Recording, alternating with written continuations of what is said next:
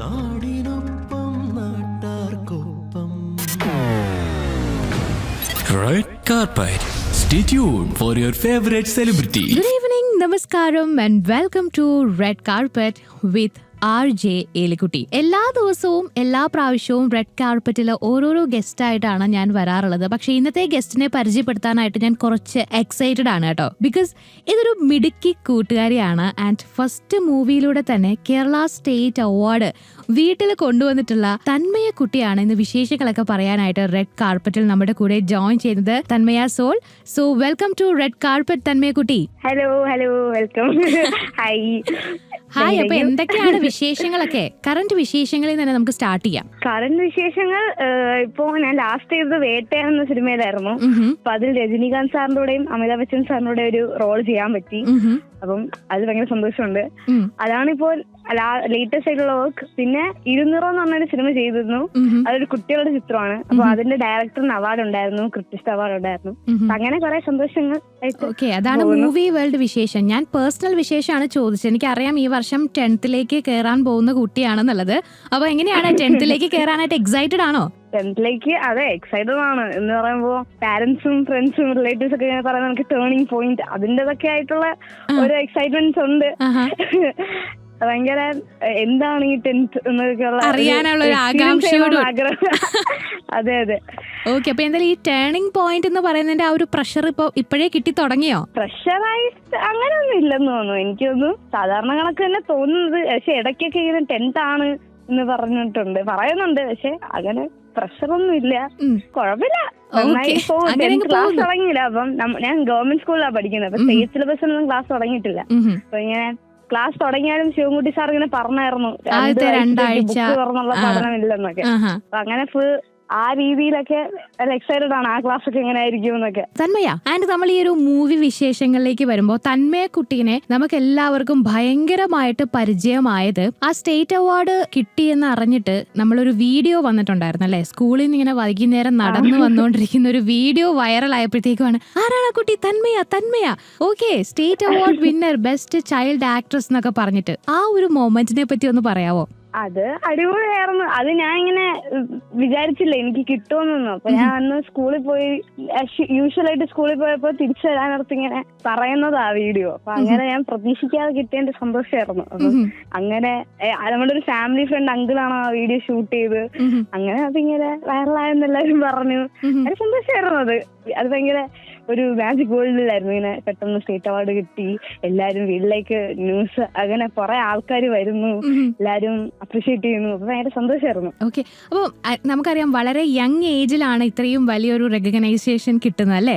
അപ്പൊ ആ ഒരു മൊമെന്റിൽ എന്താണ് ആ ഒരു കുഞ്ഞു കുട്ടിയുടെ മനസ്സിൽ എന്തായിരുന്നു തോന്നിയിട്ടുണ്ടായിരുന്നു? ആ ഒരു എക്സൈറ്റ്മെന്റിന്റെ ഒരു ലെവലൊക്കെ നമുക്കൊരു ഇപ്പൊ ഒരു സ്റ്റാർ 5 റേറ്റിംഗിൽ നമ്മൾ എത്ര റേറ്റിംഗിൽ കൊടുക്കും ആ ഒരു എക്സൈറ്റ്മെന്റ്? സ്റ്റാർ 5 ആണെങ്കിൽ ഫുൾ 5 തന്നെ. ഞാൻ 5/5 അല്ലേ? എക്സൈറ്റഡ് ആയിട്ടില്ലായിരുന്നു.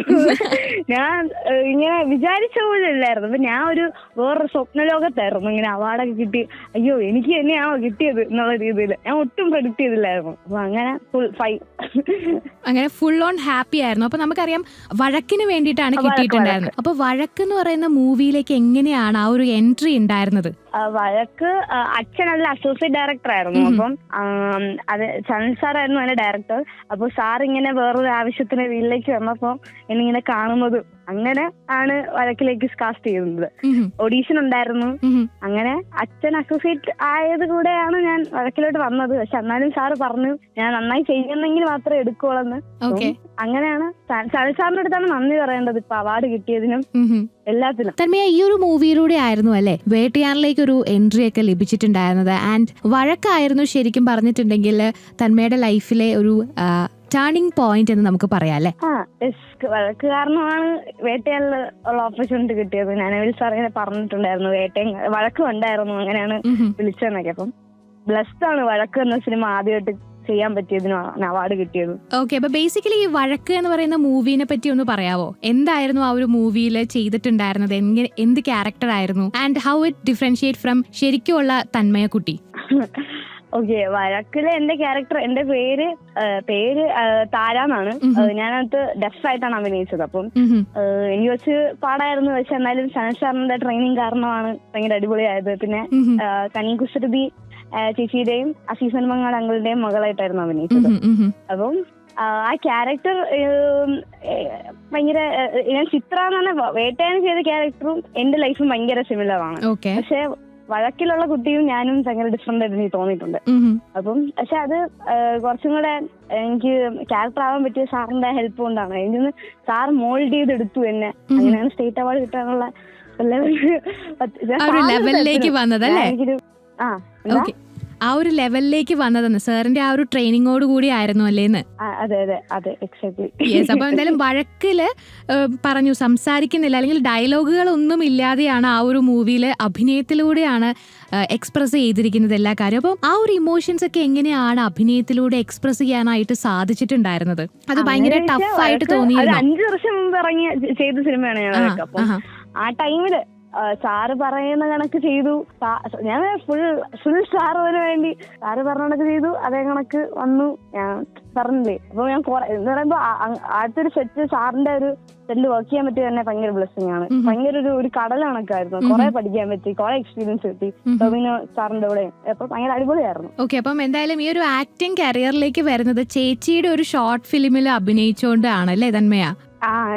ഓക്കെ, അപ്പം അതിന്റെ ആ ഒരു സ്റ്റോറി എങ്ങനെയാണ്? ചേച്ചിയുമായിട്ട് വർക്ക് ചെയ്തപ്പോ എങ്ങനെയാണ്? നിങ്ങൾ വീട്ടിലുണ്ടായിരുന്ന ആ ഒരു അറ്റ്മോസ്ഫിയർ തന്നെയായിരുന്നു ആ ഒരു ഷൂട്ടിംഗ് സെറ്റിൽ ഉണ്ടായിരുന്നത്? അവിടെ നിന്ന് പിന്നീട് ഈ ഒരു വഴക്ക് എന്ന് പറയുന്ന മൂവി സെറ്റിലേക്ക് മാറിയപ്പോൾ കിട്ടിയ ഡിഫറൻസ് എന്തൊക്കെയാണ്?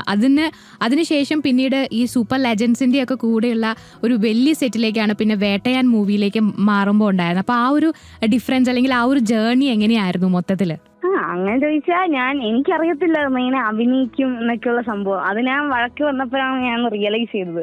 ചേച്ചിയുടെ ഷോർട്ട് ഫിലിം ഒരു സ്റ്റുഡൻസ് ഫെസ്റ്റിവലിന് വേണ്ടി അയക്കാൻ വേണ്ടി സ്കൂളിൽ നിന്ന് ചെയ്തതായിരുന്നു. ചേച്ചി 7th പഠിക്കാനായിട്ട്. അപ്പൊ ഇങ്ങനെ അമ്മയുടെ നിർബന്ധത്തിലാണ് ഞാൻ ആ ഷോർട്ട് ഫിലിമിൽ അഭിനയിക്കുന്നത്. ചേച്ചിക്ക് വലിയ താല്പര്യമൊന്നും ഇല്ലായിരുന്നു എന്നെ അഭിനയിപ്പിക്കണമെന്ന്. അപ്പം അങ്ങനെ അഭിനയിച്ചപ്പം ചേച്ചി ഇങ്ങനെ പറഞ്ഞു നല്ല രീതിയിൽ കോർഡിനേറ്റ് ചെയ്തെന്നൊക്കെ. അപ്പം അങ്ങനെ ഞാൻ ഒരു എക്സ്പെരിമെന്റ് കണക്ക് ചേച്ചിയുടെ ഷോർട്ട് ഫിലിമിലൊക്കെ അന്ന് മുഖം കാണിച്ച് പിന്നെ വഴക്കിലോട്ട് വന്നത്. വഴക്കിലോട്ട് ചെന്നപ്പോ കുറച്ചുകൂടെ സീരിയസ് ആയിട്ട് അപ്രോച്ച് ചെയ്തു തുടങ്ങി. പിന്നെ വേട്ടയാലായപ്പം എനിക്കിത് ഇഷ്ടമാണ്. ആ ഫ്ലോ എനിക്ക് ഇഷ്ടപ്പെട്ടു. ഗോ വിത്ത് ഫ്ലോ നമുക്ക് ആ സംഭവം ഓക്കെ, ഇനി നമ്മൾ ഫാമിലിയിലേക്ക് വരുമ്പം അച്ഛനായാലും ഇപ്പൊ ചേച്ചിയൊക്കെ ആയാലും ഇതുപോലെ ഫിലിമുമായിട്ട് റിലേറ്റ് ചെയ്തുകൊണ്ട് നിൽക്കുന്നതാണ്. എനിക്ക് തോന്നുന്നു അച്ചാച്ചൻ ഓൾസോ മൂവിയിലുള്ള ആളാണ്. അപ്പൊ നിങ്ങൾ എല്ലാവരും മൊത്തത്തിൽ ഒരു മൂവി ബാക്ക്ഗ്രൗണ്ട് ഫാമിലി എന്നാണ് വരുന്നത്. അപ്പൊ നിങ്ങൾ എപ്പോഴും വീട്ടിലുള്ള സമയത്ത് മൂവിയെ പറ്റി സംസാരിക്കാറുണ്ടോ? അതുപോലെ തന്നെ തന്മയുടെ അഭിനയത്തെ പറ്റി അവര് ക്രിട്ടിസൈസ് ചെയ്യാറൊക്കെ ഉണ്ടോ?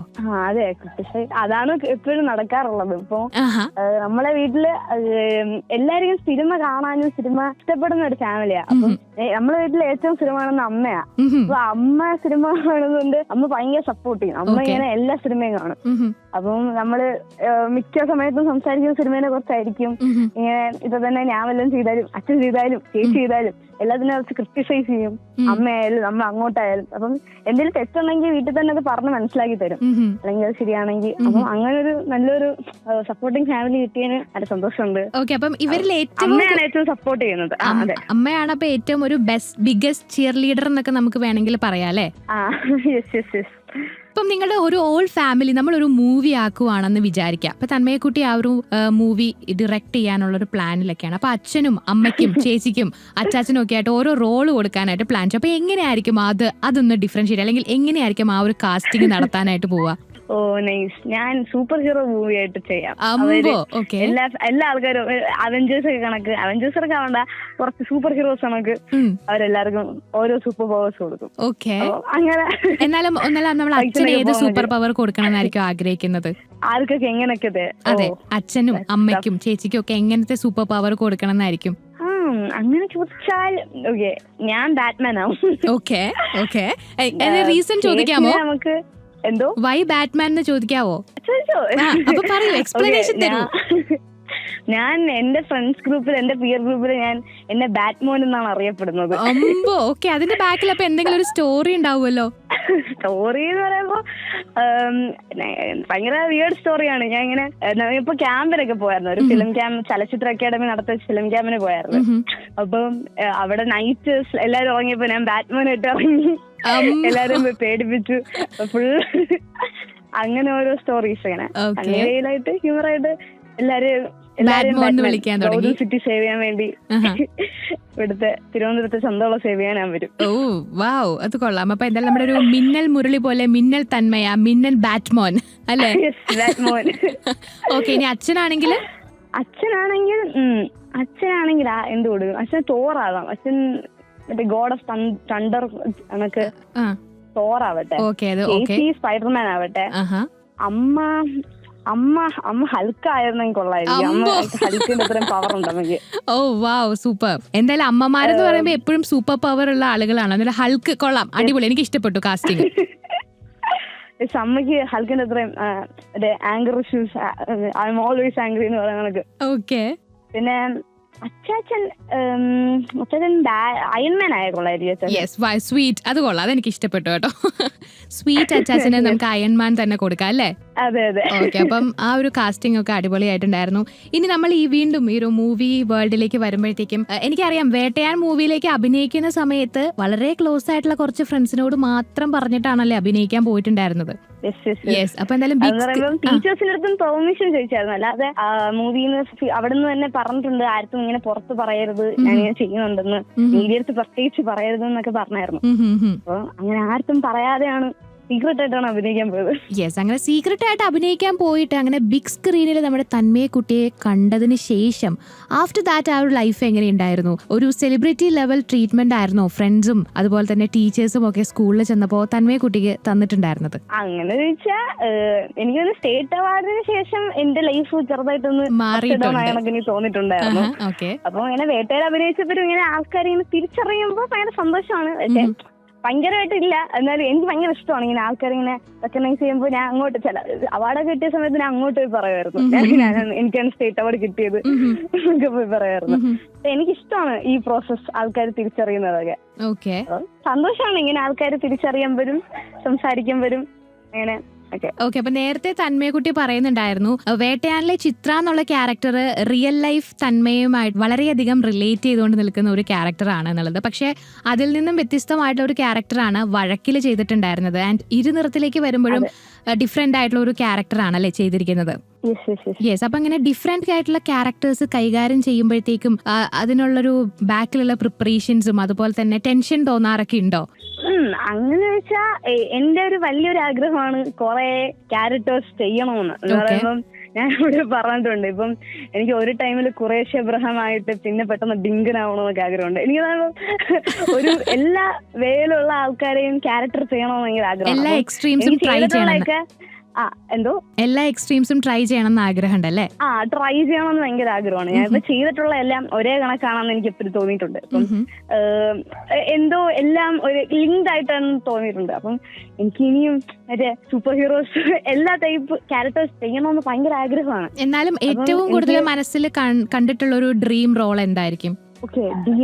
ഡ്രീം റോൾ എന്നൊക്കെ ചോദിച്ചാൽ ഞാൻ ദങ്കലല്ലേ, അമീർ ഖാൻ സാറിന്റെ, അതില് ബോക്സിംഗ് ചെയ്യുന്ന 2 കുട്ടികളല്ലേ, എനിക്ക് അവരെ കണക്ക് ഭയങ്കര ബോഡി ബിൽഡ് ഒക്കെ ചെയ്ത് അങ്ങനത്തെ ഒരു മൂവി ചെയ്യണം, അങ്ങനത്തെ ഒരു ക്യാരക്ടർ ചെയ്യണമെന്നുണ്ടല്ലേ?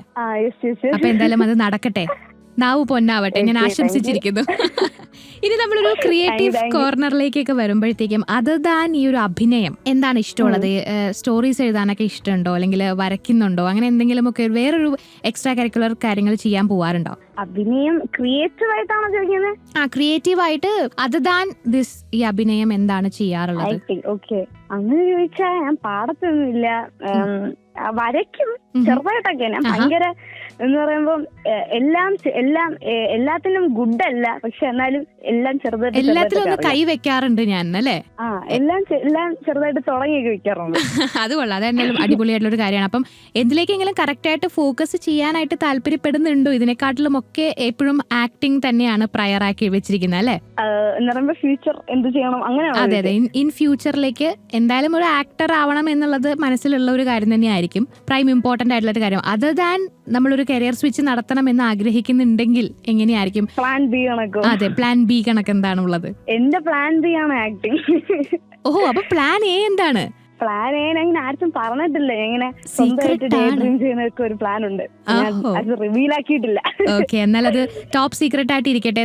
നമുക്ക് അങ്ങനെ ഒരു വിശ്വാസം ഉണ്ടല്ലോ അല്ലെ, കുറച്ച് സീക്രട്ട് ആയിട്ട് വെച്ച് അത് നടന്നു കഴിയുമ്പോഴത്തേക്കും നമുക്ക് പറയുമ്പോൾ ഭയങ്കര ഒരു പ്രൗഡ് മൊമെന്റും കൂടി കിട്ടും. അപ്പൊ എന്തായാലും ആ സീക്രട്ട് എന്തായാലും നടക്കട്ടെ കേട്ടോ.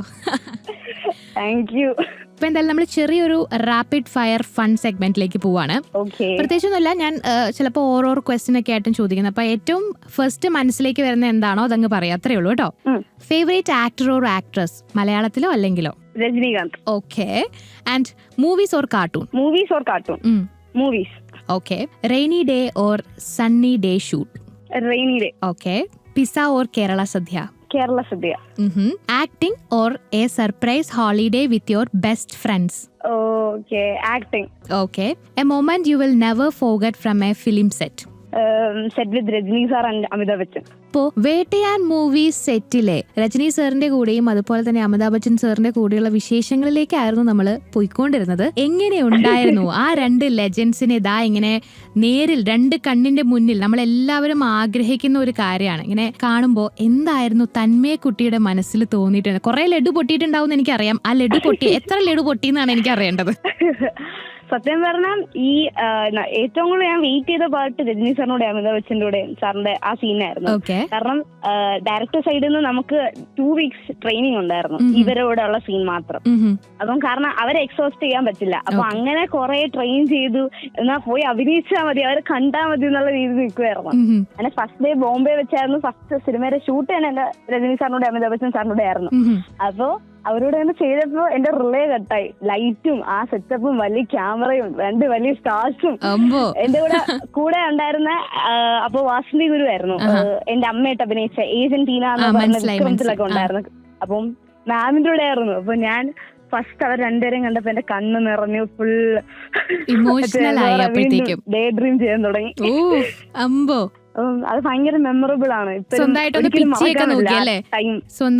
പിച്ചിയൊക്കെ നോക്കി ദൈവമേ ഇത് സത്യമായിട്ടുള്ള ഒരു കാര്യമാണോ എന്നൊക്കെ അല്ലേ? കണ്ണൊക്കെ നിറഞ്ഞ ഞാൻ തട്ടി നോക്കി. ഞാൻ കുറച്ച് പേടിച്ചു സത്യം പറഞ്ഞ. ഇവരെ എല്ലാരെയും കണ്ടപ്പോ ഞാൻ പേടിച്ചു. അപ്പം ജ്ഞാനവേൽ സാറ് വന്നിട്ടാണ് എന്റെ കംഫോർട്ട് സോൺ ബ്രേക്ക് ചെയ്ത് ഷൂട്ട് ചെയ്ത് തുടങ്ങിയത്. ഓക്കെ. അപ്പൊ എങ്ങനെയുണ്ടായിരുന്നു രജനികാന്ത് സാറിനോടും അമിതാഭ് ബച്ചൻ സാറിനോടും ഒക്കെ സംസാരിച്ചപ്പോ എങ്ങനെയുണ്ടായിരുന്നു? അത് അടിപൊളിയായിരുന്നു. എനിക്ക് മനസ്സിലായ രജനി സാർ എന്റെ ലൈഫിൽ എന്റെ ഒരു വലിയ ആഗ്രഹം രജനി സാറിനെ കണക്കൊക്കെ ആവണമെന്നാണ്. അങ്ങനത്തെ ഒരു ബാക്ക്ഗ്രൗണ്ടിലൊക്കെ നടന്നു വരണം അല്ലേ? അതെ. സാർ ചുമ്മാ വന്നിരുന്ന അത് മാസാണ്. സ്റ്റൈൽ മഞ്ഞൻ എന്നൊക്കെ പറയുന്ന കണക്ക് സാറിനെ കണക്ക് സാർ ഇപ്പോഴും ഇത്രയും ഡൗൺ ടു എർത്ത് ആയിട്ട് സംസാരിക്കുമ്പോ തന്നെ ഇത്രയും കൈൻഡസ്റ്റ് പേഴ്സൺ ഞാൻ ഇതുവരെയായിട്ടും കണ്ടിട്ടുള്ളതില്. അതേ കണക്കാണ് അമിതാഭ് ബച്ചൻ സാറും. സാർ മറ്റേ ടെക്സ്റ്റ് ബുക്കാണ്, സിനിമ ടെക്സ്റ്റ് ബുക്സ് ആണ് എനിക്ക് തോന്നുന്നു.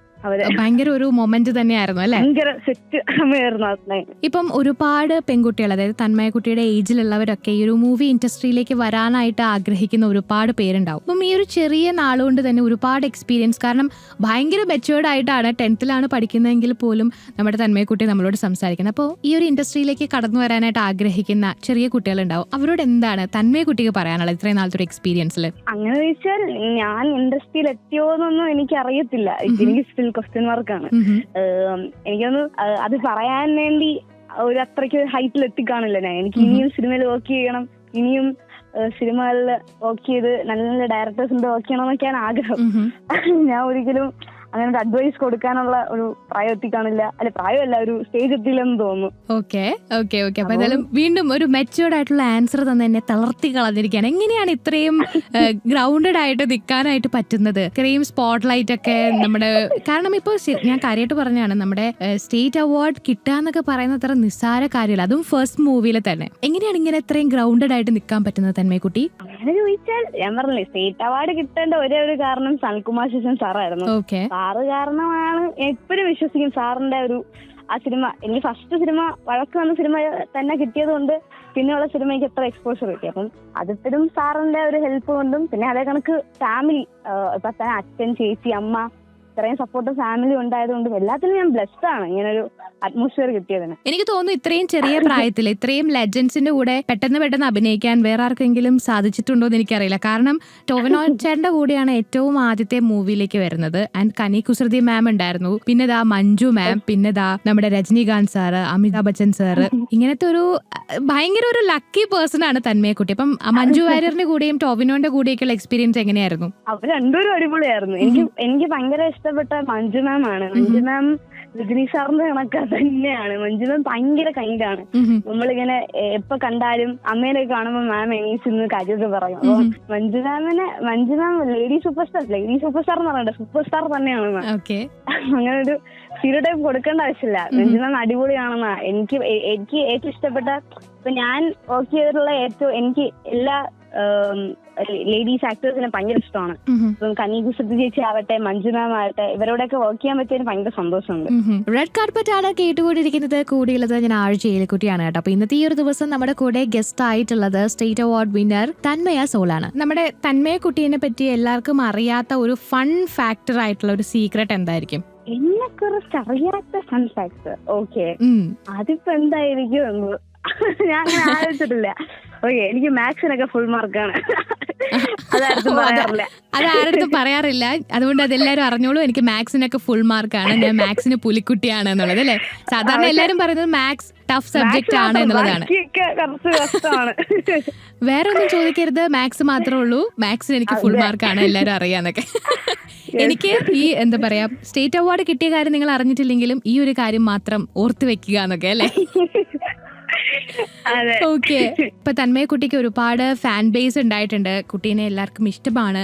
എന്നിട്ട് ഞാനിങ്ങനെ വീഡിയോസ് ഒക്കെ കാണുന്ന സമയത്തെ ഇങ്ങനെയാണ് ഇത്രയും വൈബ്രന്റ് ആയിട്ട് ഭയങ്കര ചിരിച്ചുകൊണ്ട് ഭയങ്കര പ്ലസന്റ് ആയിട്ടാണ് കാര്യങ്ങളൊക്കെ ഡീൽ ചെയ്യുന്നത്. ആൻഡ് എനിക്ക് തോന്നുന്നു ഭയങ്കര മെച്ചേർഡ് ആയിട്ടാണ് കാര്യങ്ങളൊക്കെ ഡീൽ ചെയ്യുന്നത്. എവിടെ നിന്നാണ് ഈ ഒരു കാര്യം കിട്ടിയത്? എനിക്കൊരിക്കലും തോന്നിയിട്ടില്ല. എന്നെ വീട്ടിൽ എപ്പോഴും പറയും ഞാൻ ഭയങ്കര കുട്ടിക്കളിയാണെന്ന്, പിന്നെ പറഞ്ഞ ക്രിട്ടിസൈസ് ചെയ്യുന്നതാണ്. ഇപ്പൊ തന്നെ ബാറ്റ്മിന്റൺ പറഞ്ഞ് ഞാൻ വെച്ചറായോന്ന് എനിക്ക് ഇപ്പോഴും സംശയമാണ്. എന്നാൽ അത് 10ാം ക്ലാസ്സിൽ പഠിക്കുന്ന കുട്ടിക്കൊക്കെ ബാറ്റ്ബോൾ എന്നൊക്കെ പറയാനൊന്നും പ്രശ്നമല്ല. എങ്കിലും നമ്മൾ ഓരോ കാര്യങ്ങളൊക്കെ ചോദിക്കുമ്പോഴേ ഭയങ്കര മെച്ചേർഡ് ആയിട്ടാണ് തന്മയ കുട്ടി കാര്യങ്ങളൊക്കെ ഡീൽ ചെയ്യുന്നതും പറയുന്നതും ഒക്കെ. അപ്പം ഞാൻ ഭയങ്കരമായിട്ട് വീണ്ടും ഞാൻ ഫാനായി പോയി കേട്ടോ. അപ്പൊ എന്തായാലും തന്മയ കുട്ടിയെ കേട്ടുകൊണ്ടിരിക്കുന്ന എല്ലാവരോടും എന്താണ് പറയാനായിട്ടുള്ളത്? അപ്കമിങ് പ്രോജക്ട്സിനെ പറ്റി എന്താണ് പറയാനുള്ളത്? ആൻഡ് ഇനിയുള്ള സപ്പോർട്ടിനെ പറ്റിയൊക്കെ എന്താണ് അവരോട് പറയാനായിട്ടുള്ളത്? ഓക്കെ, കേട്ടോണ്ടിരിക്കുന്ന എല്ലാവർക്കും എന്നെ വീണ്ടും സപ്പോർട്ട് ചെയ്യുക. ഈ അടുത്തുള്ള പ്രോജക്ട് എന്ന് പറയുന്നത് 200 ആണ്. അത് ഇപ്പം അവാർഡ് ഉണ്ടായിരുന്നു, അതേ കണക്ക് സ്റ്റേറ്റ് അവാർഡിന് ഉണ്ടെന്നാണ് തോന്നുന്നത്. അപ്പം അങ്ങനെ 200 വർക്ക് ചെയ്യാൻ പറ്റി. അത് കുട്ടികളുടെ ചിത്രമാണ്. ജിൻഡോ എന്ന് പറഞ്ഞ ചേട്ടൻ്റെ ആണ് ഡയറക്ഷൻ. അപ്പം അത് ഭയങ്കര സന്തോഷമുണ്ട് അങ്ങനത്തെ ഒരു സിനിമ ചെയ്യാൻ പറ്റിയത്. പിന്നെ എല്ലാവർക്കും പറയാനുള്ളത് എന്റെ ഇൻസ്റ്റഗ്രാം ഹാൻഡിലും കൂടെ എല്ലാവരും ഫോളോ ചെയ്ത് സെറ്റാക്കിക്കോ. Follow me, subscribe, like, share, subscribe. അതെ, ഓക്കെടാ. ഓക്കെ, അപ്പൊ എന്തായാലും ഒരുപാട് സന്തോഷം. ഭയങ്കര രസമുണ്ടായിരുന്നു ഇത്ര നേരം നമ്മൾ സംസാരിക്കാനായിട്ട്. ഒരുപാട് വിശേഷങ്ങളൊക്കെ നമ്മളുമായിട്ട് പങ്കുവെക്കുകയുണ്ടായി. അപ്പൊ എന്തായാലും എന്നോട് പറഞ്ഞ ആ ഒരു സീക്രട്ട് കാര്യവും പിന്നെ അതുപോലെ തന്നെ ഇത് പറഞ്ഞ ആ ഒരു മൂവിയും ഒക്കെ ഇനി ഭാവിയിലേക്ക് ചെയ്യാനായിട്ട് പറ്റട്ടെ. And all the very best. തോന്നുന്നില്ല, നമുക്ക് സെറ്റ് ആക്കാന്നേ വഴിയേ. അതെ, ഓക്കെടാ. അപ്പൊ എന്തായാലും ഒരുപാട് സന്തോഷം. Thank you so much. Okay, അപ്പൊ ഇന്ന് റെഡ് കാർപ്പറ്റിൽ നമ്മുടെ കൂടെ ഉണ്ടായിരുന്നത് വൈബ്രന്റ് അടിപൊളിയായിട്ടുള്ള നമ്മുടെ തന്മയക്കുട്ടിയാണ്. ഒരുപാട് വിശേഷങ്ങൾ ഇന്ന് പങ്കുവെക്കുകയുണ്ടായി. അങ്ങനെ തന്മയക്കുട്ടിയോടൊക്കെ സംസാരിച്ചുകൊണ്ട് നമ്മുടെ റെഡ് കാർപ്പറ്റും ദാ ഇവിടെ വൈൻഡപ്പ് ചെയ്യാനുള്ള സമയമായിരിക്കുകയാണ്. ഇനിയും ഒരുപാട് അടിപൊളി സെലിബ്രിറ്റികളുടെയൊക്കെ വിശേഷങ്ങളൊക്കെ ആയിട്ട് റെഡ് കാർപ്പറ്റിൽ നമുക്ക് വീണ്ടും റീജോയിൻ ചെയ്യാം. Till then it's me RJ Elikutty signing off. Red carpet, a day with your favourite celebrities. നിങ്ങളുടെ ഇഷ്ടതാരങ്ങൾ എത്തുന്നു ആശ്രയ FM 90. കേൾക്കാം റെഡ് കാർപ്പറ്റ് സെലിബ്രിറ്റി ചാറ്റ് ഷോയിലൂടെ എല്ലാ ഞായറാഴ്ചയും വൈകുന്നേരം 7 മണി മുതൽ 10 മണി വരെ. Stay tune.